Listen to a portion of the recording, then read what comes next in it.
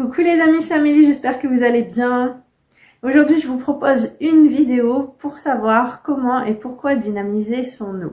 En effet, on n'ignore pas qu'il faut filtrer l'eau, mais on ignore beaucoup plus que sa dynamisation est tout aussi importante. Revenons quand même néanmoins quelques instants sur la filtration. La filtration est en effet importante puisque l'eau du robinet est pleine de résidus, notamment des métaux lourds et du fluor. Les métaux lourds vont avoir pour conséquence d'augmenter les effets délétères des ondes électromagnétiques sur votre corps. Et le fluor, lui, va venir calcifier votre glande pinéale. Alors certes, ça peut altérer vos capacités psychiques, mais pire encore, ça peut causer de nombreux problèmes de santé que l'on ignore, car la glande pinéale régule pas mal de choses, dont notamment les rythmes circadiens, mais pas seulement. Alors certes, il convient de faire ce qu'il faut pour décalcifier votre glande, et vous pourrez retrouver une vidéo sur la chaîne à ce sujet, que je vais vous mettre ici dans le descriptif de la vidéo. Mais la meilleure méthode reste quand même d'éviter tout ce qui va venir calcifier votre glande, donc filtrer votre eau, c'est effectivement important. Pour ce faire, il existe différents outils. Je ne vous en cite que deux. Peut-être que c'est pas les meilleurs, simplement moi je ne peux vous citer que ce dont j'ai connaissance. Vous avez bien sûr tout d'abord tout ce qui est technique avec les osmoseurs, et puis vous avez des techniques de filtration avec du charbon actif. Pour ma part, j'en utilise un qui est la fontaine Berquet et j'ajoute en plus un filtre anti-fluor et anti-arsenic et anti-métaux lourds. Mais peut-être avez-vous d'autres méthodes tout aussi efficaces. Dans ce cas, je vous invite à nous le dire ici en commentaire de la vidéo car ça peut être profitable à tous. Ça, c'était sur la filtration, mais comme je vous ai dit, le sujet d'aujourd'hui, c'est quand même la dynamisation. Donc, pourquoi dynamiser son eau ?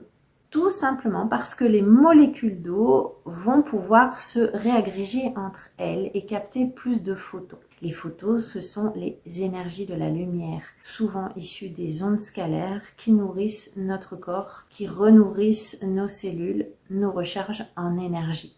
Lorsque l'eau est dite morte, c'est-à-dire qu'elle va stagner, ou dans les bouteilles ou dans la canalisation, les molécules d'eau ne sont plus agrégées et captent beaucoup moins de photons.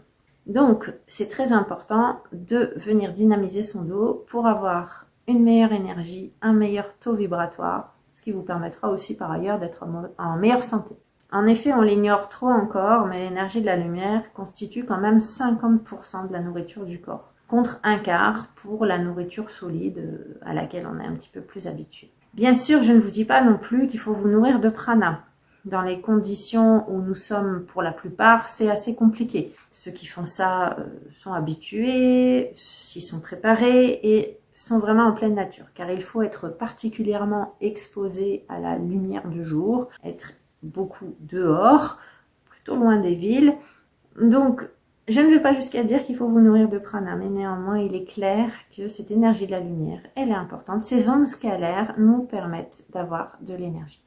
Par ailleurs, la dynamisation de l'eau permettra à nos globules rouges de ne pas être agglutinés entre eux, ce qui leur permettra de capter plus de nutriments. Elle permettra aussi l'augmentation de la charge électrique de notre corps, donc plus d'énergie, comme je viens de vous le dire. Et comme je voulais m'en assurer, figurez-vous que j'ai fait un petit test de mesure avec mon pendule. Effectivement, l'eau du robinet vibrait à 0 bovis. Elle était bien morte. L'eau, en revanche, que j'ai dynamisée avec une carafe, on va y revenir dans quelques instants, elle vibrait à 18 000 bovis. Alors, comment dynamiser votre eau ? Il y a plusieurs méthodes. La plus simple et la moins coûteuse, c'est de prendre une spatule en bois et d'essayer de faire des cercles, de remuer votre eau pour y remettre du mouvement, comme pour un effet vortex. Il faut le faire quand même quelques instants. Ensuite, vous avez aussi la possibilité d'utiliser des sortes de sets de table, ou d'utiliser en tout cas tout ce qui va être géométrie sacrée pour la placer sous votre contenant d'eau et laisser agir quand même, je dirais, un bon minimum 2 heures. Ce type de géométrie sacrée, ce sera le triskel, la fleur de vie. Il y en a peut-être d'autres que vous avez essayé. Si c'est le cas, n'hésitez pas à nous faire un petit retour ici en commentaire. Ensuite, vous avez certaines gourdes ou bouteilles qui sont programmées avec ce qu'on appelle le système TPS. Donc, c'est du verre programmé qui va réinformer votre eau. Et ça, c'est toujours un petit peu plus compliqué à comprendre si on ne connaît pas la méthode, les études qui ont été réalisées par Masaru Emoto avec la mémoire de l'eau. J'ai réalisé un article sur ce point, je vous en remets les coordonnées ici dans le descriptif de la vidéo. Néanmoins, rapidement, bref le rappel, Masaru Emoto avait mis différents petits paquets dans lesquels il y avait de l'eau. Et puis, en dessous, il avait placé par écrit des mots qui pouvaient être des mots plutôt positifs, comme amour, contre des mots plutôt négatifs, haine, guerre. Et puis, en plaçant tout ça à la réfrigération, lorsque l'eau était congelée, eh bien, on a pu voir apparaître de magnifiques cristallisations sur tout ce qui relevait des mots qui étaient à connotation positive.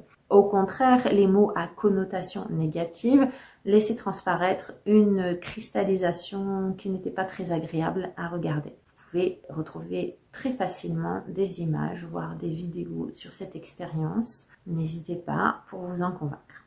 En tout cas, tout ça, c'était pour vous dire que ce genre de gourde ou de carafe avec du verre programmé pourront redynamiser votre eau de la même manière. Et enfin, il y a un dernier procédé qui s'appelle le bouchon de Vajal. C'est un bouchon qui vous permet de relier deux bouteilles entre elles et vous transvidez une bouteille dans l'autre. Elle va passer par le bouchon, ce qui va recréer un effet vortex et donc redynamiser votre eau. Donc, je vous invite bien évidemment à essayer si ce n'est pas déjà fait de votre côté. Là encore, si vous avez essayé, que vous avez des retours positifs à nous faire, n'hésitez pas à nous dire en commentaire. Ou si peut-être vous avez vous aussi d'autres techniques ou d'autres connaissances qui pourraient enrichir cette vidéo, n'hésitez pas à partager car vos commentaires peuvent être lus par tout le monde et ce partage sera bénéfique à tous. En tout cas, j'espère que cette vidéo vous aura plu. Je vous remercie pour votre écoute. Si vous l'avez aimé, n'hésitez pas à la liker et la partager. N'hésitez pas non plus à vous abonner à la chaîne. Et je vous dis à très bientôt pour d'autres vidéos.